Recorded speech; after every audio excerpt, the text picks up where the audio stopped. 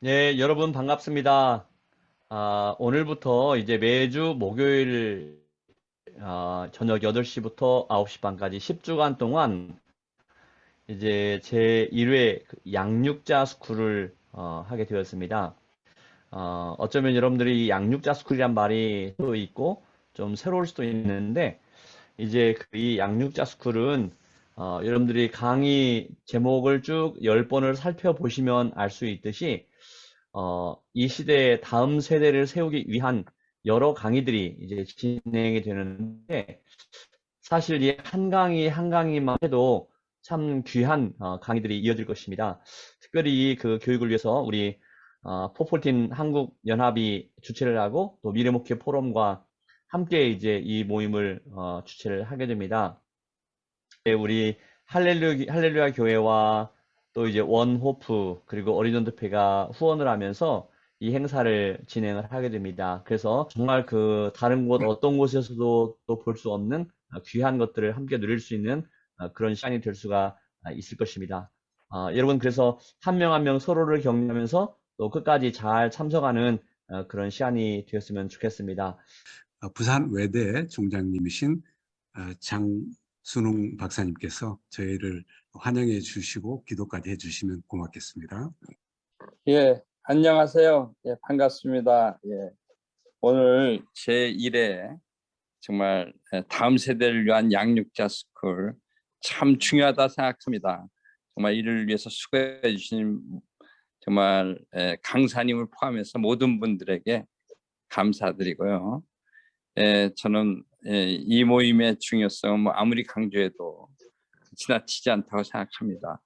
다시 한번 이 다음 세대가 점점 줄고 있지 않습니까? 다음 세대 우리 크리스찬 비율이 지금 뭐 3%다, 그 이하다 뭐 이런데 그 우리가 다음 세대에게 줄 수 있는 가장 중요한 게 복음 전도고요. 그래서 그 복음 전도를 할 수 있는 다음 세대 선교사들을 양육하는 건 너무 중요하다고 생각합니다. 그래서 이 제1회 양육자 스쿨 정말 축하드리고요.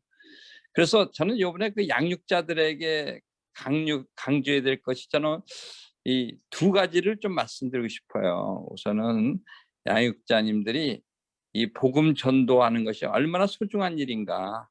그래서 그 일이 얼마나 가치 있고 또 다음 세대 양육자가 얼마나 정말 좀 자부심을 가지면서 이번 교육에 임해 주실 수 있도록 그렇게 해야 될 것 같고, 그래서 강사님들은 그 복음 전도의 중요성을 계속 좀 강조해 줘야 될 것 같습니다. 우리가 다음 세대에 줄 수 있는 무엇보다도 뭐 물질적인 거, 뭐 명예, 뭐 이런 거 무엇보다 중요한 게 복음 전도라는 것을 다시 좀 강조해 주셨으면 저는 좋겠다는 말씀을 또 드리고 싶고요.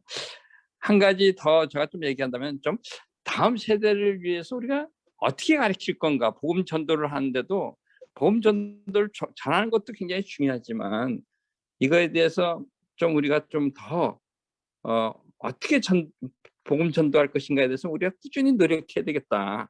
우리 강사님들도 그 점에서 좀 그 나름대로의 노하우를 좀 발휘해도 또 우리가 연구해야 될 거라고 생각합니다. 사실 저희들이 이제 이단에 대해서 많은 비판을 합니다. 물론 이단은 아주 잘못됐죠. 근데 왜 이단들에게 몰려갈까? 그런 거를 많이 우리 자신도 좀 반성할 필요가 있다고 봅니다. 저는 이단에 빠진 사람들이 있나 그런 분들을 분석해 보면은 되게 두 가지 말을 많이 하는 것 같아요. 그 사람들 참 쉽게 가르친다. 그래서 그 또 한 가지는 뭐 재미있다. 그래서 저는 우리가 적어도 좀 그 쉽게 가르치는 것 같은 거에 대해서 우리가 많은 노력을 해야 된다고 생각합니다. 특히 사실 복음이라는 게 아주 간단한 거 아닙니까? 예수님이 우리를 위해서 십자가에 돌아가셨고 3일 만에 부활했는데 이를 믿는 자마다 구원과 영원한 삶을 얻는다. 이런 그 간단한 건데요. 이걸 좀 너무나 사실 좀 어렵게 하는 것 같아요. 사실 우리가 이 오늘날 사실 과학기술에서도 제일 중요한 것 중에 하나가 쉽게 사용하게 하는 겁니다. 쉽게 알려주는 겁니다. 여러분도 아시다시피 지금 뭐 컴퓨터 여러분들 보지만 옛날엔 사용하는 게 굉장히 어려웠어요. 막 명령어를 외웠어야 되고 막 그랬는데 지금은 여러분도 알다시피 2살, 3살짜리도 컴퓨터를 사용하는 수 있을 정도로 뭐 3살만 되면 많이 사용하잖아요. 저는 우리가 복음 전하는데도 우리가 좀 그 지혜를 써서 어떻게 하면 좀 더 쉽게 전할 수 있을까? 결코 복음 전하는 게 어려운 게 아니라 좀 쉽게 전할 수 있을까 하는 것을 좀 우리가 좀 더 우리가 연구해야 되고, 그런 면에서 우리가 좀 더 처음에는 짧게 전할 수 있는 방법도 우리가 좀 연구해야 된다 하는 생각도 하고요. 하여튼 좀 더 우리가 다음 세대에 복음 전하는데도 우리가 부단히 노력하는 부단히 그런 것을 좀 우리 강사님들이 이미 그런 분야의 전문가지만 좀 그런 점을 좀 그 양육자에게 노하우를 좀 전해줘야 되지 않나 이런 생각을 하면서 저는 다시 한번 이번 제1의 양육자 스쿨에 참여하시는 모든 분들에게 감사드리며 저와 간단히 기도 한번 하겠습니다. 사랑의 하나님 아버지, 오늘 다음 세대 양육자 스쿨에 위해 기도합니다. 정말 이런 좋은 기회를 주셔서 감사하고 여기에 참여하신 모든 강사님들 주님 축복해 주시고 또 수업에 참여하시는 모든 참여자들에게도 주님 축복해 주시고 또 이번 이 양육자 스쿨이 아름다운 열매를 맺고 정말 전도의 열매가 맺히고 또 훌륭한 앞으로 복음 전도의 선교사들이 많이 나올 수 있게 주님 축복하여 주시옵소서. 모든 가정을 함께 해주시기를 간구하며 주 예수 그리스도 이름으로 기도합니다. 아멘. 님이 항상 어떤 우리 일이 있을 때마다 바쁘고 또 분주한 일정 가운데서도 늘 이렇게 함께 해주셔서 감사합니다. 무엇보다도 우리 장총장님이 늘 복음의 열정이 항상 느껴져서 감사하고 또 우리 함께하는 우리 모두가 그 복음의 열정과 또 주님을 사랑하는 마음으로 너 영상 귀한 같이 일들을 찍으면 잘 감기 오나? 감당하는 그런 시간이 됐으면 물 좋겠습니다. 밑에 이불 펴줄게. 그러면 바로 이어서 이제 우리가 최세론 흘려, 목사님의 흘려. 강의를 들을 것입니다. 특별히 여러분들이 이 최세론 목사님의 강의를 들으시면서 강의 내용을 잘 메모하시면서 함께 또 질문할 내용이나 또 함께 토론할 내용들을 미리 한번 생각하셨다가 그 다음에 또 그룹으로 나눠졌을 때 같이 나눌 수 있는 그런 시간이 되었으면 진짜 일로 와. 좋겠습니다. 우리 최세론 목사님은 정말 어떻게 하든지 그 학원 인큐베이팅에 학교에서 그 일을 잘 하기 위해서 최선을 다하고 있는데 이 시간에 귀한 강의 함께 해주실 것입니다. 여러분들 정말 사모하는 마음으로 학원 복음화 인큐베이팅 이 강의를 우리 최세론 목사님 이제 나오셔서 강의를 해주시겠습니다. 예, 감사합니다. 안녕하세요. 저는 학원복음화 인큐베이팅 대표를 맡고 있는 최세론 목사입니다. 제가 교회에서 사역했을 때는 오늘의 교회와 할렐루야 교회에서 사역을 했었고요. 지금 현재는 백석 총회에서 학원복음화 1호 선교사로 파송이 되었고 백석대학교회와 할렐루야 교회 학원복음화 선교사로 섬기고 있으며 경화여자중학교 교목 그리고 백석대학교 신학대학원에서 학원복음화 인큐베이팅 운동을 위한 학원 선교사 양성 과정을 강의하고 있습니다. 오늘 학원복음화 인큐베이팅 운동, 지역교회와 함께 지역학교의 예배를 세우는 운동에 대해서 저희가 함께 이야기를 나누려고 합니다. 학원복음화 인큐베이팅은 지역교회와 함께 예배가 없는 학교에 예배를 세워 모든 입으로 예수 그리스도를 주라 고백하여 하나님 아버지께 영광을 돌리겠다는 그 존재 목적으로 있고요. 또한 그 존재 목적을 지탱해주는 6가지 핵심 가치로는 한 영혼, 예수 그리스도의 몸된 교회, 하나님의 나라, 예배, 연합의 도구, 성경 읽기, 기도 운동을 통해서 그 목적을 이루어가고 있습니다. 그래서 저희의 비전은 지역교회와 함께 11,000곳의 중고등학교에 예배를 세우는 것이 비전입니다. 이 비전을 이루기 위해서 저는 지역 교회와 그리고 청소년들, 학교에서 근무하시는 기독교사들과 학부모들, 교단과 신대원, 그리고 전문 그룹들과 연합해서 학교마다, 예배가 없는 학교마다 예배를 세워가는 운동이 바로 학원복음화 인큐베이팅 운동입니다. 오늘 저희가 크게 네 가지를 좀 살펴보려고 합니다. 첫 번째는 성남시의 다음 세대의 인구 현황과 이 사역이 왜, 학원 사역이 왜 필요한가, 그리고 실제 모델인 학원복음화 인큐베이팅 모델이 무엇이고 어떻게 우리의 교회에 적용할 수 있을 것인가 이야기를 나누려고 합니다. 성남시는 인구 92만의 대도시입니다. 성남시 인구 대비 학생 수는 11%, 약 10만 명이 있습니다. 고등학교, 중학교, 초등학교는 금방 성인이 되기 때문에 저희가 그 유치원생을 좀 봐주셨으면 좋겠어요. 인구 90만이 넘는 대도시의 유치원생이 7,800명밖에 없습니다. 10,000명이 채 안 되는데요. 이 통계를 보면 이게 교육부 통계입니다. 지금 학교에 있는 학령 인구 아이들의 통계거든요. 앞으로 10년 뒤에 성남시에 있는 교회 학교가 7,000명을 대상으로 목회를 하는 것입니다. 그럼 상상이 안 가시죠? 골든타임이 딱 10년 남았습니다. 이미 성남시에 있는 교회들 중에 고등부가 100명이 깨졌다는 교회들이 나왔다고 제가 소식을 들었어요. 급속도로 교회 학교가 감소하게 될 것입니다. 여기서부터 우리가 출발해야 되는데요. 그 이유가 무엇이냐면 기업들이 사업을 하기 전에 사업 타당성, 시장 조사를 합니다. 벤처 기업들, 처음 시작하는 기업들이 실패하는 원인 중에 가장 큰 원인이 무엇이냐면 시장 조사가 부족했다는 거예요. 이 사업이 타당성이 있는지 없는지에 대한 그 조사가 확실해야 되는데 그 부분이 없이 시작했기 때문이죠. 그런데 여러분이 지금 방금 이 통계를 보셨지만 이 통계를 가지고 있는 교회가 단 한 곳도 없습니다. 모든 교회가 다음 세대를 외치고 있지만 정작 중요한 것은 이 지역의 다음 세대가 얼마나 있는지를 모르고 있어요. 다음 세대가 있는지 없는지가 왜 중요하냐면 타겟팅이라고 하죠. 우리는 지금 다음 세대를 위해서 이 시간에 모인 것입니다.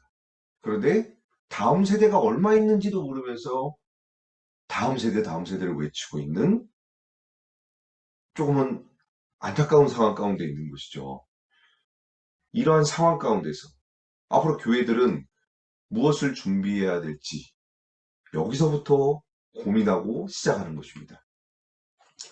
타종교와 이단들, 그들이 공교육에서 활동하고 있는 그 모습들을 보면 우리 교회들이 배울 수 있는 것들이 정말 많거든요. 그것들을 한번 보도록 하겠습니다. 지금 이러한 타종교와 이단들이 공교육에서 합법적으로 활동을 하고 있습니다. 일부분만 살펴볼 텐데요. 여가부와 불교가 2014년에 MOU를 맺고 유치원부터 고등학교까지 템플스테이가 합법적으로 인성교육이 돼서 우리 아이들에게 교육이 되고 있습니다. 왜 이 템플스테이를 진행하냐면 어떻게 하면 우리 미래 세대의 아이들을 불교 신자로 만들 것인가. 그래서 이 템플스테이가 시작된 것이에요. 교육청들하고 MOU가 되어 있지만 제주도를 예로 들어드리겠습니다. 제주도 교육청과 MOU가 되었고 선생님들이 직무연수에 참여하고 그러면 제주도 교육청에서 공문이 하달이 됩니다. 그럼 그 공문을 받은 학교들은 선생님들이 경험을 했잖아요. 아이들에게 템플스테이를 참여하라고 독려를 합니다. 그 프로그램은 불교 예배입니다. 그런데 국가가 인정하는 인성교육인 거죠. 우리 성남시 아이들, 초등학교 아이들 모습이고요. 타 지역에 있는 중고등학교 아이들이 템플스테이에 참여하는 모습입니다. 그런데 이 템플스테이는 전부 다 우리 성도님들의, 교회에 다니는 성도님들의 돈, 대한민국의 국민의 돈으로 진행이 됩니다. 무슨 말이냐면 지금까지 1년에 250억의 세금이 지원되고 지금까지 1,000억이 넘는 세금이 이 템플스테이에 지원이 돼서 무료로 진행이 되고 있습니다. 팬데믹 기간 여러분 마음껏 예배하셨습니까? 불교는 계속해서 할 수 있었습니다. 왜냐하면 국가에서 허용을 했으니까요. 저희가 예배하고 수련회 한다 그러면 언론에서 난리가 났죠. 그런데 불교는 계속했다는 것입니다. 하나님의 교회는 국제 위러브유라는 재단 법인을 만들어서 활동하고 있는데 저 하늘색 정장 입으신 분이 그 유명한 하나님 어머님이십니다. 그런데 함께하는 기관을 봐주십시오. 교회에서는 하나님의 교회가 2단이지만 국가에서는 하나님의 교회는 2단이 아닌 합법적인 재단 법인입니다. 이 모습은 판교에 있는 하나님의 교회 채플입니다. 성남시 아이들입니다. 3,000명. 교복 입은 아이들이죠. 교복 지원, 생활비 지원, 장학금 지원, 학자금 지원을 합니다. 이렇게 해서 인성교육을 해서 아이들을 초대하고 있죠.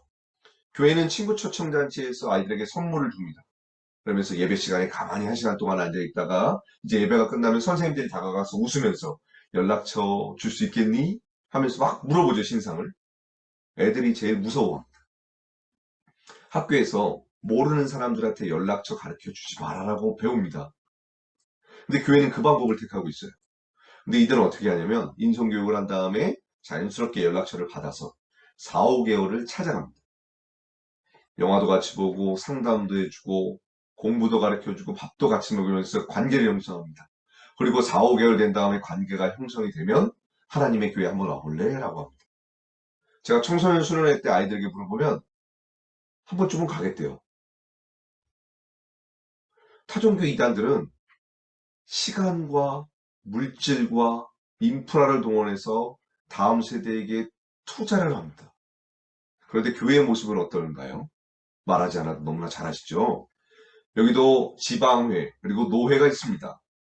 외대, 인천교대, 전국적인 하나님의 교회 채플들은 전부 다 청소년 인성교육을 통해서 우리 아이들에게 접근하고 있고 교육청과 MOU가 되어 있기 때문에 합법적으로 다 진행하는 것입니다. 이렇게 전국적으로 진행을 하고 있죠. 여기는 UCC 스페이스라는 미디어 플랫폼이 있습니다. 팬데믹 전부터 있고 전 세계 언어로 번역이 되어 있는데요. 제가 할렐루야 교회에서 사역하고 있을 때 저희 부서 아이가 보내준 내용입니다. 그래서 제가 캡처해놨는데 또래 아이들이 또래 아이에게 링크를 보냅니다. 그래서 스마트폰을 통해서 타종교 이단들은 3초 안에 모든 정보를 볼 수 있습니다. 그 플랫폼이 구축되어 있는 거죠. 그리고 또 성남시의 한 초등학교 아이인데요.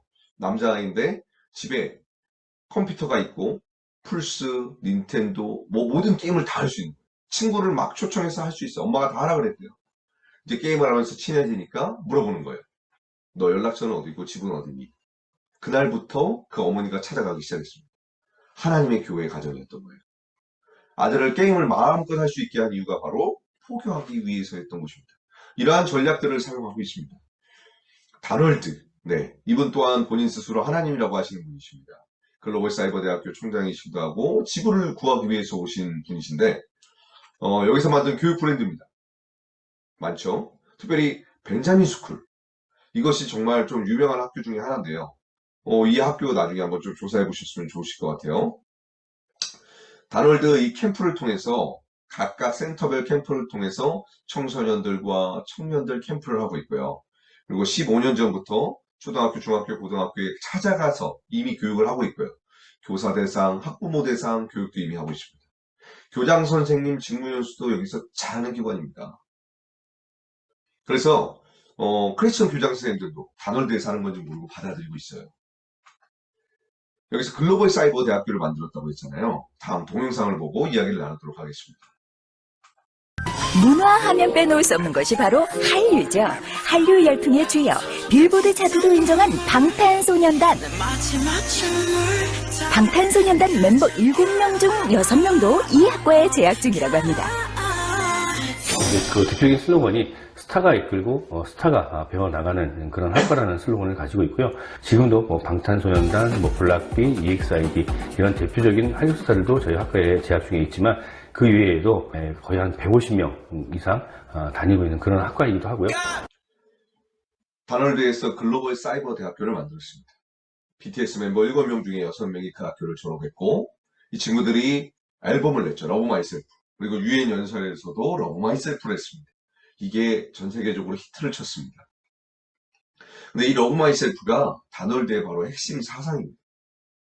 BTS가 다널드 신자인지 아닌지는 모르겠지만 어쨌든 이들이 다널드에 있는 그 세계관을 통해서 앨범을 만들었고 그게 히트를 쳐서 EBS와 하우교육방송과 MOU를 맺고 대한민국 전체가 교육방송을 통해서 다널드의 세계관을 배우고 있습니다. 대통령상, 도지사상도 받으면서 공신력 있게 활동하고 있고요. 그 외에 이런 국영수사과의 학교에서 필수적으로 이루어지는 수업이거든요. 좌편향 혹은 타종교 이단들의 단체들이 이거를 감당하고 있고 또한 방과후 교실에 하나님의 교회랑 신천지가 정말 많이 들어가 있습니다.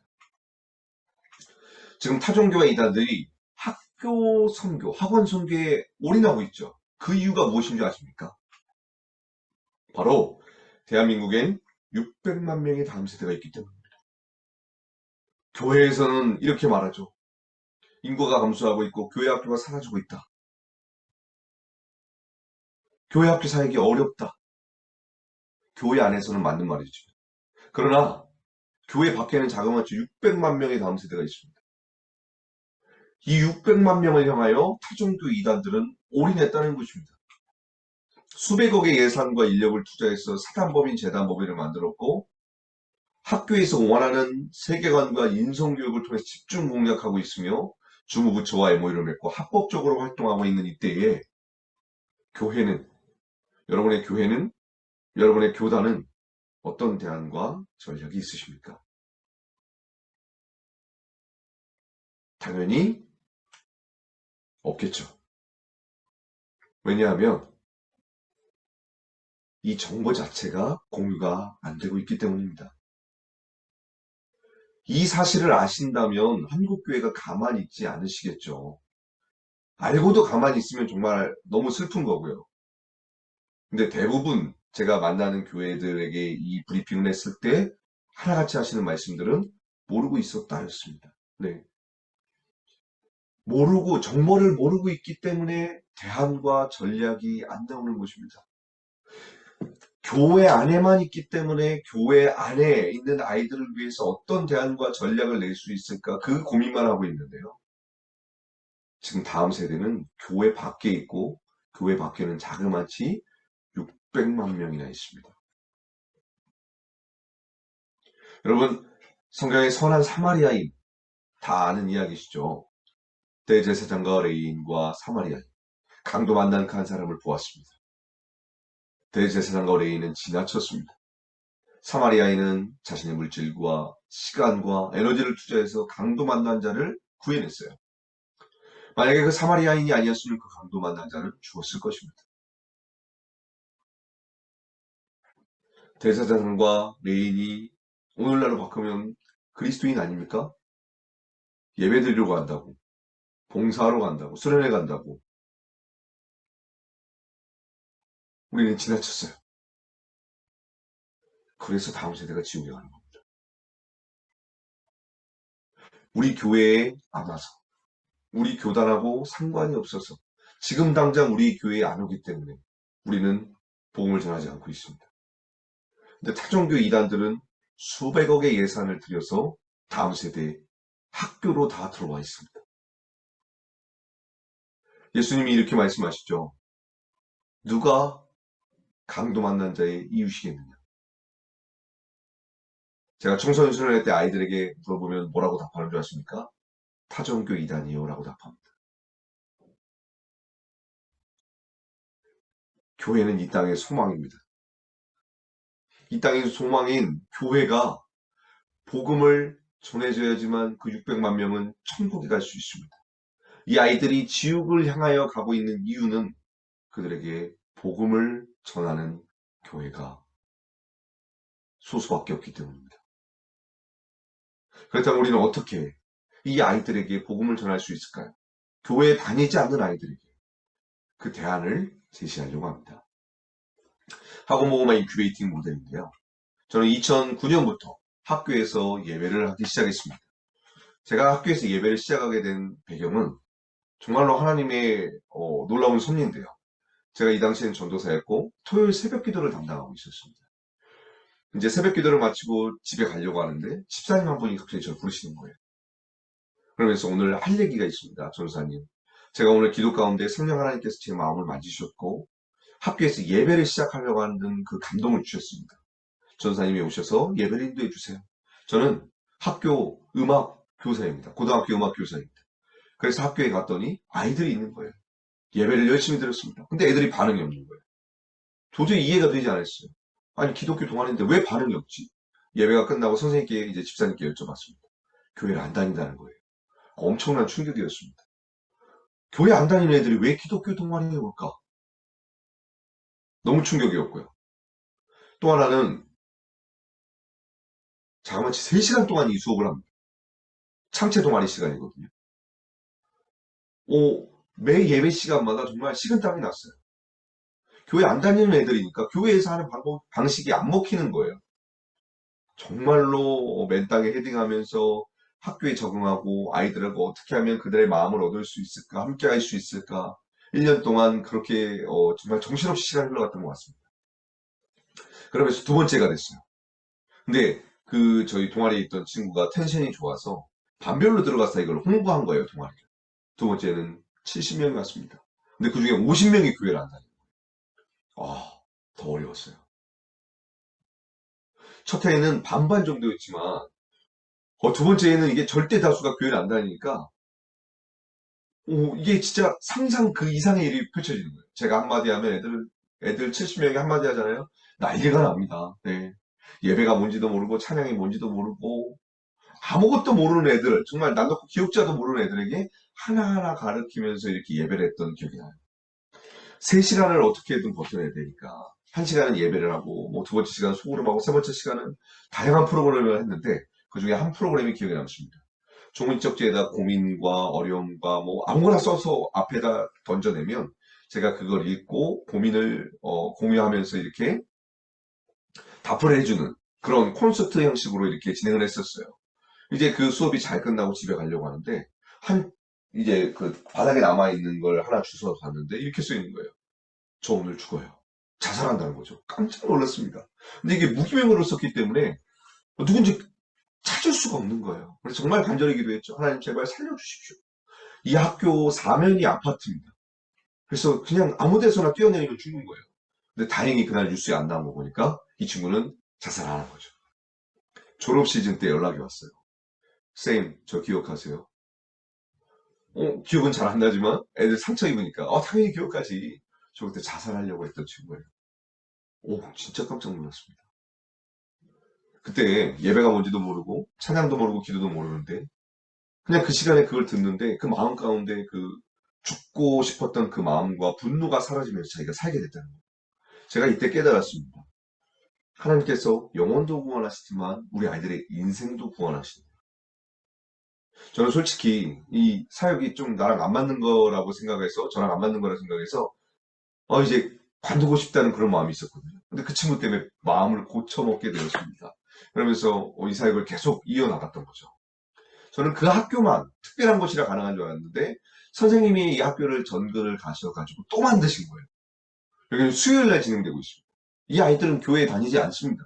그런데 이렇게 줄을 서 있고 막 예배에 참여하고 있죠. 초코파이 2개만 나눠주면 이렇게 애들이 막 수백 명이 줄 서는 거예요. 놀라운 현장의 학교입니다. 그러면서 학교에서 예배하고 아이들하고 관계가 형성되면서 교회로 오게 되는 거죠. 아이들 예배하는, 팬데믹 때 예배하는 모습입니다.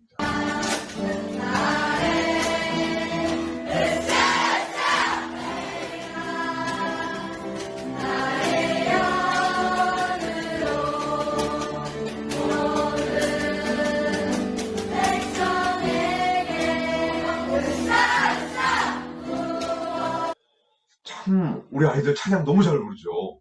얘네들은 교회를 안 다니는 애들입니다. 근데 왜 이렇게 찬양을 잘 부르냐? 1년 동안 똑같은 찬양을 합니다. 그러니까 군가처럼 불러요, 애들이. 너무나 놀라운 현장이 바로 학교 현장인 것 같아요. 중학교에서도 가능한데요.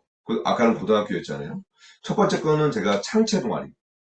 그러니까 창체 동아리의 특징은 선생님이 그냥 동아리를 만들면 됩니다. 너무 심플하죠. 그래서 각 교회, 교단, 노예에 계신 학교에서 근무하시는 우리 성도님들 커뮤니티를 조직을 해서 학교에서 학원보고마 운동을 펼쳐갈 수 있도록 그분들을 깨우고 도전을 해야 됩니다. 그래서 학원보고마 비전이 공유되는 게 너무 중요하고요. 또 제가 이때 2016년도 말에 할렐루야 학교에 이제 사역을 시작을 했거든요. 저희 부서에 선생님이 계시는 거예요. 그래서 제가 타겟 설교를 했습니다. 우리 학교에서 예배해야 됩니다. 그 선생님이 1년 동안 저를 피해 다니셨어요. 그리고 2017년도에 딱 저에게 오시더니 말하시더라고요. 목사님 그때 그 말씀 듣고 너무 부담스러웠습니다. 그래서 시간이 지나면 잊혀질 줄 알았더니 계속 생각이 나서 교장선생님의 허락을 받고 예배를 시작했습니다. 2명이 시작했는데 8주 만에 100명이 됐어요. 그 비결을 가르쳐 드리겠습니다. 예수 나의 왕 아멘. 주님의 임재 앞에서 주님의 임재 앞에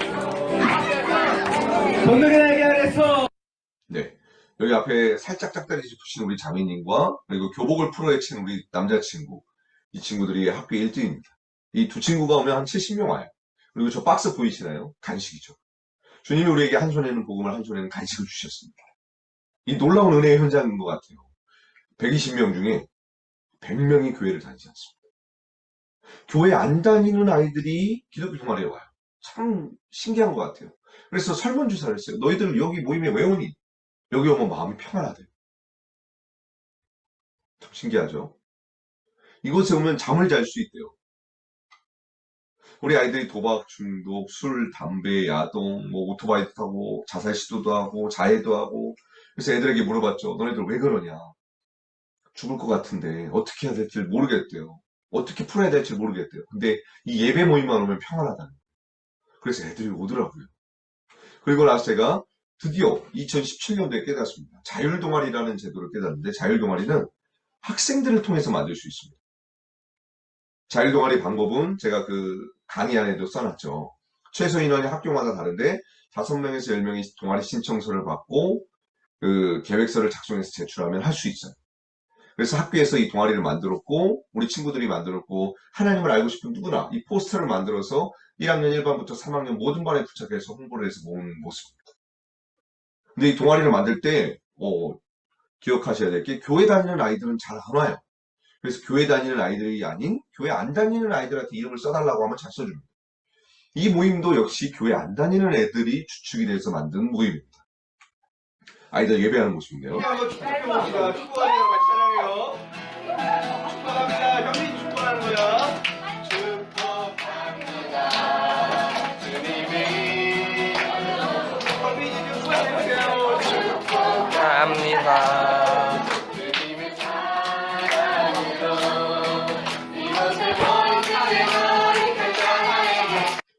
우리 아이들 찬양 너무 잘하죠. 얘네들 교회 다니는 애들이 아니에요.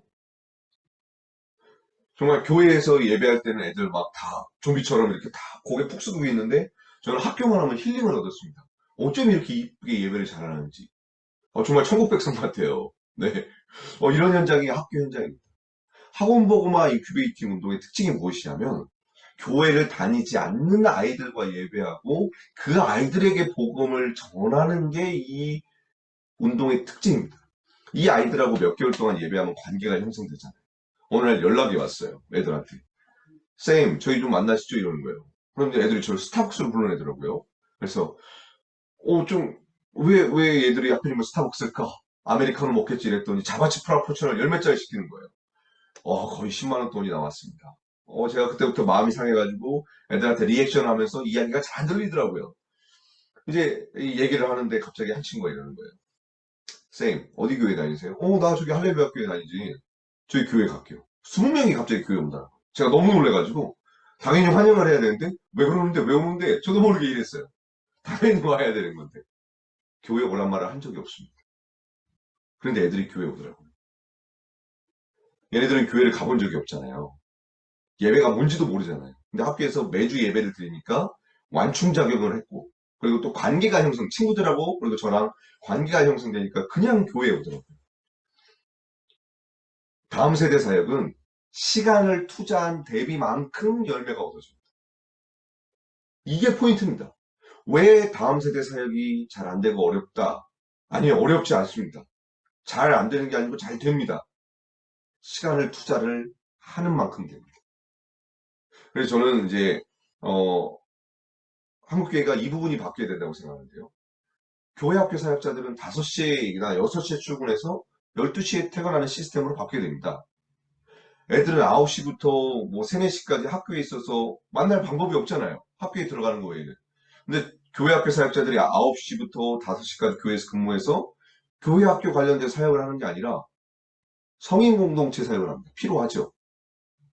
필요하지만 실제 우리 아이들이 활동한 시간대에 아이들과 호흡을 맞춰서 관계를 형성해서 교회를 오게 해야 되는데, 아이들하고 관계를 형성한 시간대에 우리가 활동하지 않는다는 겁니다. 이 패러다임의 전환이 와야 한국교회가 회복됩니다. 그리고 또 한 가지는 학원복음화 비전과 전략이 당회와 담임 목사님에게 정보가 공유돼야지만 학교에 갈 수 있습니다. 왜냐하면 이건 교회 사역, 교회 안에서 이루어지는 게 아니라 학교, 그러니까 교회 밖에서 이루어지잖아요. 이 비전이 공유되지 않으면 교회에서 이 사역이 진행되지 않습니다. 정말 중요한 포인트입니다. 교회와 비전이 공유가 돼야지만 이 사역은 진행이 됩니다. 그리고 이 예배를 만든 친구를 저희 부서에서 간증을 시켰어요. 간증을 시켰는데 또래 아이들이 그런 게 있더라고요. 네가 한다고 나도 할게. 20군데 학교에 예배가 세워졌습니다. 깜짝 놀랐죠. 예. 20군데 학교에 이렇게 예배가 세워졌고, 저는 이제 바이블 타임을 통해서 세번역 버전. 큐티는 애들이 못합니다. 교회를 안 다니기 때문에. 세번역으로 성경을 하루에 한 장씩 읽을 수 있도록. 이 바이블 타임은 또 드라마 바이블이 들어가 있어서 성경을 읽기 싫은 사람은 듣기만 해도 돼요. 그리고 하루에 한 장씩 스티커, 칭찬 스티커처럼 스티커를 붙일 수 있습니다. 그러면 스티커를 다 붙여온 친구들은 베스킨라빈스 기프트콘을 보냅니다. 이런 식으로 성경 읽기 운동도 계속해서 펼쳐가고 있고요. 여기는 이제 용인에 있는 중학교입니다. 제일 추운 주간에 애들한테 전교생에게 핫팩을 나눠주고 친구를 초청해서 복음을 전하는 이렇게 활동을 하고 있고요. 여기는 이제 서초동에 있는 학교입니다. 한 150명에서 200명 참여하는 예배고요. 그 중에서 95%가 교회를 다니지 않습니다.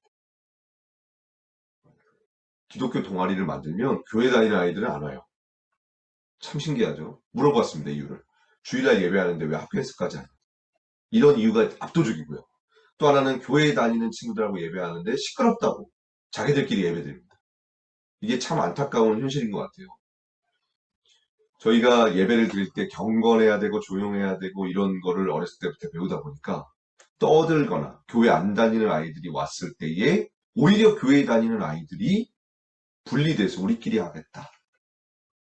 그리고 이 아이들을 위해서 기도하고 복음을 전하는 거에 대한 그 설교나 그런 부분들이 좀 아이들한테 익숙하지 않아서 애들이 왜 우리에게가 예배 안 드리, 예수 안 믿는 애들과 시끄러운 애들하고 예배해야 돼요? 저희는 싫어요. 이렇게 하고 떠나더라고요. 그래서 이걸 보면서 왜 그럴까? 한번 좀 대형 교회들을 커리큘럼을 봤습니다. 성경 66권을 대부분 다루잖아요. 근데 1년 중에 하나님의 나라와 선교와 예수 그리스도에 대해서 3-4번밖에 안 나옵니다. 직접적인 선교에 대해서. 그래서 성경 전체를 다루지만 선교와 전도와 영혼을 위해서 기도하고 헌신하는 부분에 대해서도 좀 많이 강조되면 좋을 것 같다는 생각을 해보았습니다. 학교에서 이렇게 위촉장도 주셔서 저는 위촉장 받고 들어가고 있고 공신력 있게 사역을 하고 있습니다. 한민고등학교라는 데라는 아예 MOU를 맺고 이렇게 진행을 했는데요. 이 학교 같은 경우에는 그 국방부 장관이 만든 학교입니다. 그래서 1000명 정도가 재학을 하는데 상위 3%만 갈 수 있어요. 경기도권에 있는 친구들과 군 자녀들 3%만 갈 수 있는데 3분의 1은 서울대, 3분의 1은 연고대, 3분의 1은 육사 갑니다. 엄청난 학교죠. 근데 여기도 불교, 천주교, 기독교가 다 허용이 돼요. 근데 기독교가 160명, 제일 작습니다. 왜냐하면 불교, 천주교는 치킨 피자. 근데 저희는 제가 자비랑 성교사거든요. 제가 30만 원 모아서 초코파이를 보냅니다. 치킨 피자의 미사일과 초코파이. 당연히 치킨 피자가 이기겠죠. 그런데 여기에 후원하는 교단이나 교회들은 아쉽지만 없습니다. 그 이유는 우리 교회와 상관이 없고 지금 당장 우리 교회에 안 오기 때문에. 네. 그런데 반대로 우리 교회에 오지도 않고 저 멀리 떨어져 있는 선교지를 향해서는 어기넘는 돈과 수천만 원을 투자하는데 국내에 있는 예수 믿지 않는 아이들에게는 투자하는 걸 너무 아쉬운 상황이죠. 네. 잠깐만 600만 명이 있는데. 네. 참으로 안타까운 상황입니다. 네. 여기 이제 평택에 있는 학교인데요. 과거에는 미션 스쿨이었습니다. 근데 일반 학교로 전환이 되어서 제가 창체 동아리와 기독교 동아리를 통해서 아이들하고 예배하고 있고, 그 중학교, 고등학교 둘 다 하고 있거든요. 매주 한 400명 정도 예배에 참여하고 있습니다. 미션 스쿨도 제가 가고 있는데, 미션 스쿨은 이제 전임 교목 TO가 거의 없어졌어요. 다 기간제로 전하게 됐고, 일반 학교로 전환이 되고 있습니다. 그 이유가 무엇이냐면, 법 때문이 아니고요. 과거에는 저희가 돈을 내고 학교를 다녔잖아요. 근데 이게 무상교육으로 바뀌면서 국가의 재정을 받다 보니까 종교 수업을 마음대로 할 수 없는 거예요. 한국교회가 교단들이 연합해서 미션스쿨 지원하면 마음껏 예배할 수 있습니다. 근데 국가의 예산을 받아서 그런 거예요. 법이 문제가 아닙니다. 타종교 이단 대비 저희는 투자가 안 되기 때문입니다. 불교학교나 천주교학교 그리고 뭐 삼육재단은 마음껏 예배하고 뭐 그 법회하고 하는 이유가 돈이 다 커버가 되기 때문이에요. 근데 미션스쿨은 교단이나 한국교회가 지원을 하지 않고 국가 예산을 받기 때문에 안 되는 겁니다. 이번에 경화여중 교목이 은퇴하셨고 갑자기 학교에서 연락이 왔어요. 목사님 저희 학교 교목을 해주세요. 깜짝 놀랐죠. 너무 감사했어요. 그래서 오케이 했습니다. 아이들이 1000명이 있는데 900명이 교회를 안 다녀요. 황금밭이죠. 황금밭입니다. 그런데 저는 교원 자격증이 없기 때문에 일반 교사들처럼 월급이 나오는 시스템은 아닙니다. 자비량 사역자로 섬기는 거죠. 근데 감사하게 학교에서 차비는 줍니다.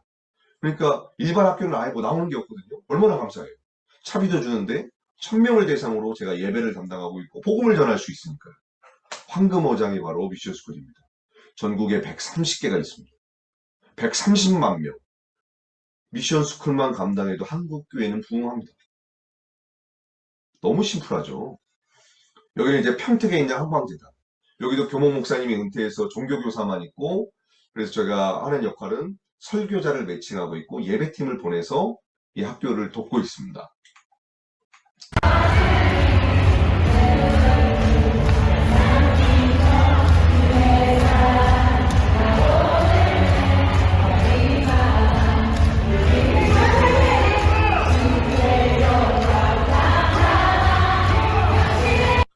네. 그리고 여기는 이제 제주중앙고에 가서 채플도 하고 반별로 들어가서 20개 반에 들어갑니다. 그래서 반별 채플도 하면서 여기는 98%가 교회를 안 다니거든요. 반별 채플과 그 전체가 모이는 채플 소그룹과 대그룹을 해서 복음을 전하면서 아이들과 함께 호흡하고 있고요. 뭐 순동여중 여고도 가고 있고 일신여중 여고도 가고 있고 서울의 영신여도. 그래서 제가 일주일에 4,000명 아이들 청소년들과 일반 학교에서 예배하고 있고요. 미션스쿨 포함하면 1년에 2만 명하고 예배하고 있습니다. 90%가 교회를 안 다닙니다. 교회들이 학교만 들어가도 부흥합니다. 다음 세대가 없는 게 아니고요. 다음 세대가 있는 현장으로 교회가 나가지 못하고 있는 상황일 뿐입니다. 유초등도 가능한데요. 유초등은 손이 많이 가기 때문에 방법을 어떻게 했냐면 학부모 기도회, 학교 중심의 학부모 기도회를 만듭니다. 그러면은 교회 상관없이 연합이 됩니다. 이 부모님들 각 지역에 뭐 서울 지역 다양한 지역에 학부모 기도회가 있고요. 이 부모님들이 동네에서 유초등 예배를 시작하셨습니다.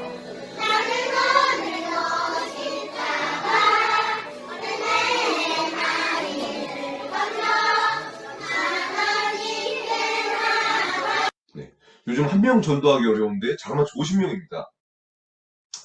요즘 세상에 전지 들고 예배하고 있죠.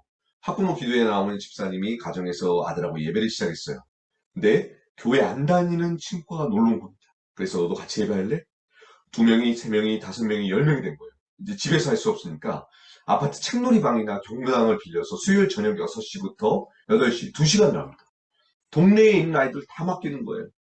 6시부터 8시는 가장 주부들이 바쁜 시간입니다. 학원 갔다 애들이 돌아오고 남편 퇴근하고 저녁 차리고 너무 바쁜데 그 2시간을 돌봐주니까 너무 좋은 거예요. 제가 아까 초반에 교회 학교 사역자들이 6시부터 12시 근무해야 된다고 말씀드렸잖아요.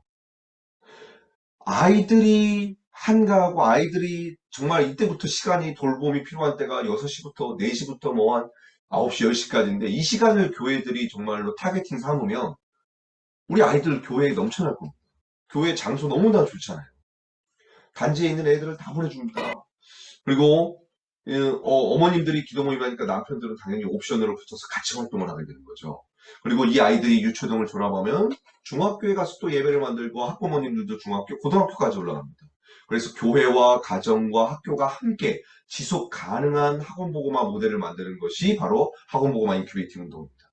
여기는 성남에 있는 도촌, 유치원, 초등학교, 중학교, 그리고 고등학교까지 연결되는 거예요. 이렇게 지역 전체가 학원보고마가 되는 겁니다. 그리고 이 모델을 본 서초동에 계신 집사님도 시작하셨고 하남에 계신 집사님도 시작하셨죠. 그래서 이 아이들을 교회로 어떻게 올 수 있게 할까 해서 학교 기도 모임 연합을 시작했습니다. 왜냐하면 지역별로 학교가 예배가 세워졌고 아이들이 연합 예배를 하자고 해서 시작하게 되었고 특별히 강원도 양양 때문에 시작하게 됐는데요. 양양 기독교연합회 목사님들하고 만났습니다. 양양은 50개 교회가 있는데 50개 교회 전체 합한 청소년들이 50명 있습니다. 한 교회에 한 명이 있는 겁니다. 교회 학교 생태계가 완전히 무너졌습니다. 그런데 애들이 학교에는 있잖아요. 그래서 학교에 있는 애들을 교회를 초대해서 교회를 경험할 수 있도록 해주고 또 예배가 안 세워진 그 학교들은 또 예배를 세워서 서로 도전하고 해서 이 선교적 교회 학교 생태계를 구축하는 거죠. 그게 이제 제주시, 제주중앙구에서 예배하니까 아이들을 초청해서, 교회를 초청해서 예배하는 모습입니다.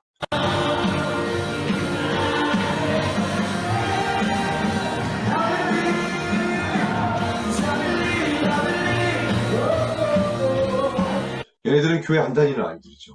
근데 학교에서 예배를 하니까 예배가 이상한 게 아니에요. 교회는 치킨과 피자를 준비하고 아이들은 학교에서 했던 걸 그대로 하니까 거부감이 없고 교회가 우리를 환영해 준다는 걸 확실히 받는 겁니다. 뒤에 계신 분들은 우리 학부모 기도회랑 목사님들, 지역 목사님들이 오셔서 이 아이들을 축복하며 기도하는 거예요. 다음 세대를 살릴 수 있는 방법은 기도밖에 없습니다. 여기 서귀포시에서 이렇게 되고 있고요. 강원도 양양의 모습입니다. 그리고 안양, 구리, 울릉도에서도 하고 있는데요. 안양 지역이 좀 활발하게 되고 있습니다. 경기 남부 지역이죠. 40개 학교에서 예배 모임이 진행되고 있습니다. 첫 예배 때는 학교 리더 아이들만 초청해서 예배를 시작했고요. 여기는 구리, 고3 아이들이 학교에 예배를 다 만들어서 아이들을 초청해서 이렇게 예배하는 모습입니다. 여기는 울릉도입니다. 되셨나요? 네. 웨이커! 울릉도에는 울릉 고등학교 하나 있습니다. 이 학교에 예배가 세워지면 울릉도 전체가 복음화가 되는 거죠. 네. 그리고 이 웨이크업 경기가 확대돼서 웨이크업 그 안양이 확대돼서 경기 남부 지역 교회들이 함께 해주시는데요. 이번 2월 25일 날 최근에 했던 모습입니다.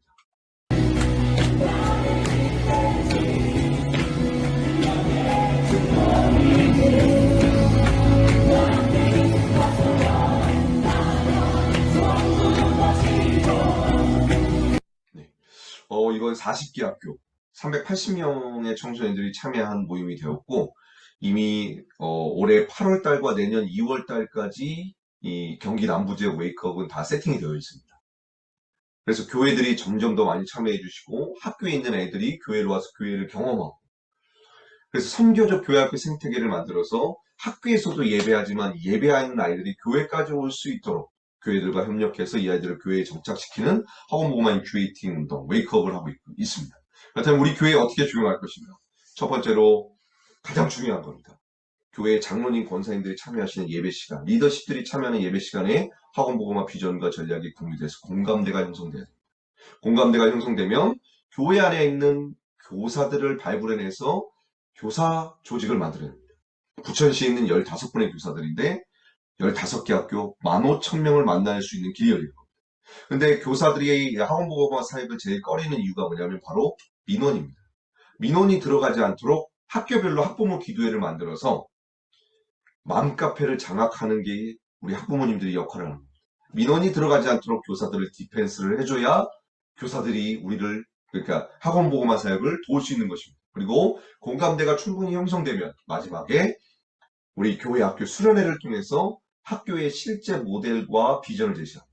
아이들은 동아리 만드는 방법 다 알고 있습니다. 그래서 방법을 설명할 필요가 없고 실제 모델과 비전을 설명하는 것이 중요합니다.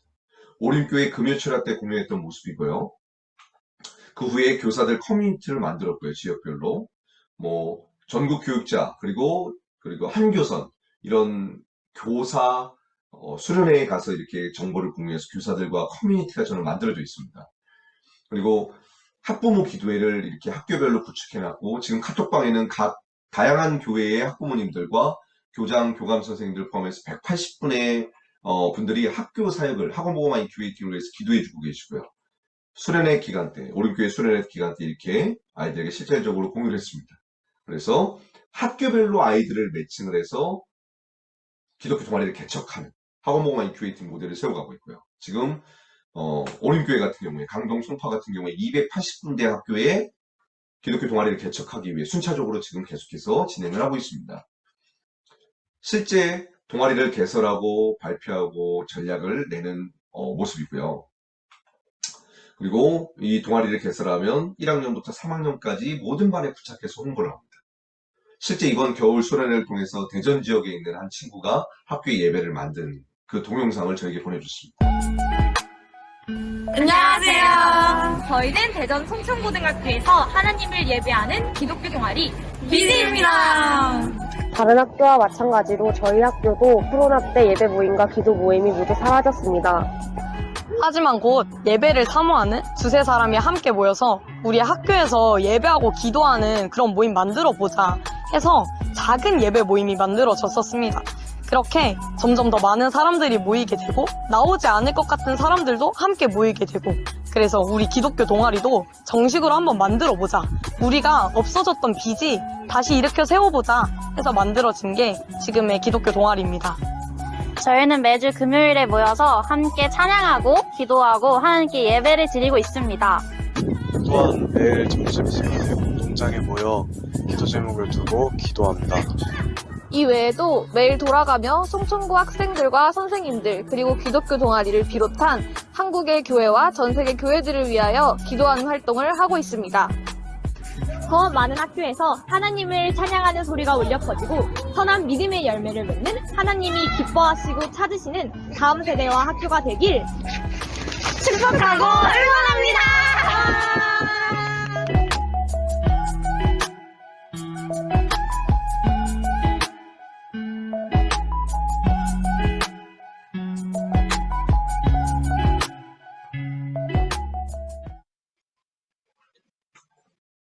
네, 지금 아까 그 강동 송파 지역 말씀드렸잖아요. 지금 학원보고만 인큐베이팅을 통해서 120군데 학교에 예배가 개척이 되었고, 이제 올 겨울 수련회와 다양한 세미나를 통해서 지금 300군데 학교에 동아리를 개척하는 과정들 가운데 있습니다. 여기는 이제 양평동 교회의 모습인데요. 양평동 교회는 800명이 출석하는 교회, 통합 측의 대표적인 교회이고, 언더우드 선교사님이 세운 통합 측의 어머니 같은 교회입니다. 근데 여기가 팬데믹 전에 고등부가 9명이 출석했었고 팬데믹 기간에는 4명이 출석했다고 합니다. 2022년도에 학원보고마 비전과 전략을 공유했고 학원보고마 인큐베이팅 세미나를 통해서 2군데 학교의 예배가 만들어졌고 2022년 마지막 예배 때 24명이 출석했습니다. 그리고 올해 목표는 70명이 출석하는 겁니다. 실제로 학원보고마 인큐베이팅을 시작한 교회들은 부흥이 되고 있고 교회 학교가 살아나고 있습니다. 이 아이들이 수평 이동하는 것이 아니라 교회에 다니지 않는 애들이 교회로 오게 되는 것이 바로 학원보고마 인큐베이팅 운동입니다. 그래서 저희 학원보고마 인큐베이팅은 11,000곳의 중고등학교에 예배를 세우는 것이 비전입니다. 이를 위해서 학원보고마 인큐베이팅 사역자 양성 과정도 하고 있는데요. 제가 CBS와 함께 디렉팅을 해서 이 양성 과정을 파일럿으로 했고 그 후부터는 이제 CBS가 아닌 지역 교회들과 시작을 했고 1월 달에 평촌 세종학교에서 진행을 했습니다. 이때 전국에 한 70명의 담임 목사님들과 사역자들이 오셔서 이 양성 과정을 통해 함께 하셨고 이 양성 과정을 통해 무엇을 하냐면 학교에서 예배를 개척하는 것도 하지만 교사들하고 연결되는 것이 중요하거든요. 교사 단체에서 저에게 요청한 게 뭐냐면 검증된 교회와 사역자를 매칭해달라. 그래서 이 학원보고마 인큐베이팅 사역자 양성 과정을 거친 분들은 교세 단체에서 안심하고 그 교사들이 돕습니다. 그래서 이게 하나의 좀 감사하게 공신력 있는 학원보고마의 어떤 그 플랫폼 역할이 돼서 정말 감사했던 것 같아요. 이런 식으로 선생님들과 계속 소통하면서 교회들이 지역 학교에 예배를 개척을 해서 교회 다니지 않는 아이들이 교회에 올 수 있도록 하고 그 무브먼트를 계속해서 진행을 하고 있습니다. 이제 중요한 건 학부모 기도회를 개설하는 방법을 설명해 드리겠습니다. 자, 한번 사진을 찍으셨으면 좋겠고요. 그래서 이대로만 진행을 하시면 네, 학부모 기도회가 세워지고 또 유치원 동네 예배 개설하는 방법입니다. 제가 그 프린트물에 다 써놨을 겁니다. 네. 그리고 동아리 개설 방법, 우리 아이들 다 알고 있지만 그래도 방법을 써놨습니다. 네. 이렇게 해서 교회에 적용하시면 좋을 것 같습니다. 다음 세대의 사역이 다들 안 된다, 어렵다, 현장에 없다라고 말하지만 저는 지금 14년째 일반 학교에 들어가서 기독교 동아리를 통해 동아리 제도를 통해서 교회 다니지 않는 친구들에게 복음을 전하고 그들과 예배하고 찬양하고 있습니다. 한국 교회가 이 정보를 모르셔서 못하고 계실 뿐입니다. 이 정보를 여러분이 섬기시는 교회에 공유될 수 있도록 교회 학교만 공유되면 되지 않습니다. 정말 어른들이 반드시 리더십이 들어야 돼요. 그래야 이게 교회에 정착이 되고 진행이 됩니다. 그래서 여러분 교회에 이 정보를 공유할 수 있는 기회를 주시고 정보가 공유되면 학교의 예배가 개척되고 선생님들과 연결되는 모든 인큐베이팅 작업을 제가 돕습니다. 그래서 여러분들 교회를 통해서 11,000군데의 중고등학교 예배가 세워질 수 있도록 정말 이 정보가 반드시 여러분 교회에 공유될 수 있도록 제발 간절히 도와주시길 부탁드립니다. 예, 감사합니다. 강의를 우리가 잘 들었는데 이 강의 들은 내용을 중심으로 해서 조별로 이제 잠깐 우리가 워크숍하는 시간을 갖도록 하는데 여러분이 조별로 함께 나누는 시간이 굉장히 중요합니다. 그래서 이 시간을 잘 활용을 하는 것이 또 우리가 어쩌면 이 배웠던 것들을 보았던 것들을 더 우리 것으로 만들 수 있는 좋은 시간이 될 수가 있거든요. 그래서 이 시간에 대해서 우리 허정학 선교사님이 잠깐 이 조별 나눔에 대해서 안내를 여러분들에게 한번 해드리도록 하겠습니다. 네, 그 조별 모임에 앞서서 제가 두 가지를 말씀드리는데, 첫째는 우리 최서로 목사님께 질문하실 분은 질문을 한두 명만 받고 그리고 그 모임으로 안내를 하겠습니다. 모임으로 안내하는 내용은 잠시 후에 말씀드리겠습니다. 최서로 목사님께 질문이 있으신 분 마이크를 켜시고 한번 말씀해 주시면 고맙겠습니다.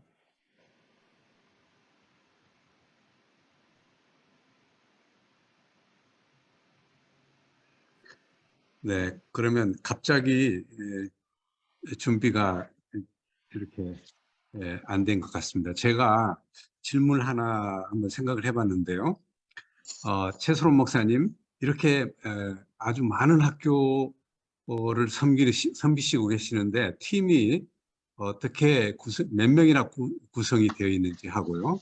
두 번째는 이렇게 지금 최소론 목사님의 학원 복음화 인큐베이팅 안에 여러 교회들이 함께 들어와서 조율을 하고, 그리고 어떤 계획을 짜서 함께 할 수 있도록 트레이닝을 거쳐서 이렇게 인큐베이팅을 하는데, 보통 교회들이 개교회들이 직접 그냥 하고 싶어 하는 경우도 있을 거란 말이에요. 그러면 이렇게 인큐베이팅 하고 그 다음에 독립을 시켜주면서 사역하게 한다면 그 시점은 어떤 준비가 되어 있을 시점일지 한 이런 두 가지 정도 한번 질문을 해보겠습니다. 간단히 답해 주시면 고맙겠습니다.